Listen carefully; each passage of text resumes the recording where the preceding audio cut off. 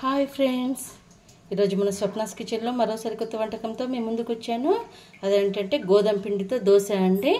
గోధుమ పిండితో దోశ అనేది చాలా సింపుల్ రెసిపీ అండి. 1 కప్పు గోధుమ పిండి, 1 కప్పు బియ్యం పిండి, క్యారెట్ తురుము, ఆనియన్, పచ్చిమిర్చి, జీలకర్ర, ఉప్పు, సింపుల్ ఐటమ్స్తో ఎలా చేసుకోవాలో నేను చూపిస్తాను. ముందుగా 1 కప్పు గోధుమ పిండి అండి, 1 కప్పు బియ్యం పిండి తీసుకొని అందులో కొంచెం జీలకర్ర. గోధుమ పిండితో చపాతీ పూరే కాదండి, దోశ కూడా వేసుకోవచ్చు. మీరు ఇలా ట్రై చేయండి. వితిన్ 5 మినిట్స్లో అయిపోయే రెసిపీ అండి. కొంచెం ఉప్పు వేసుకోవాలి.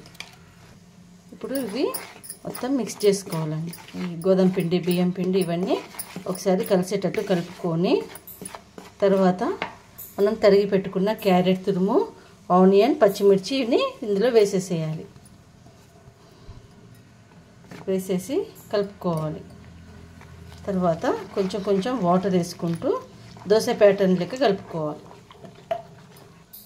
చూడండి, ఇలా పల్చగా కలుపుకోవాలి.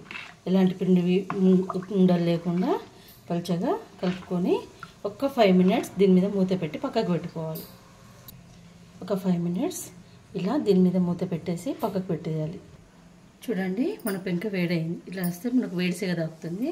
అప్పుడు కొంచెం నీళ్లు చిలకరించాలి. చూడండి, వేడైపోయింది. ఇప్పుడు మనం దోశ ఎలా వేసుకోవాలో చూపిస్తాము. ఇలా పలుచగా ఉండాలండి.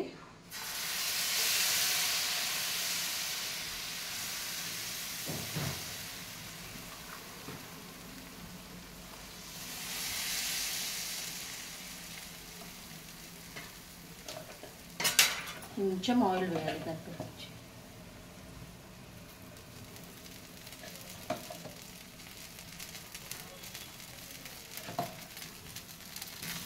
చూడండి, మన దోశను ఇలా రెండో వైపు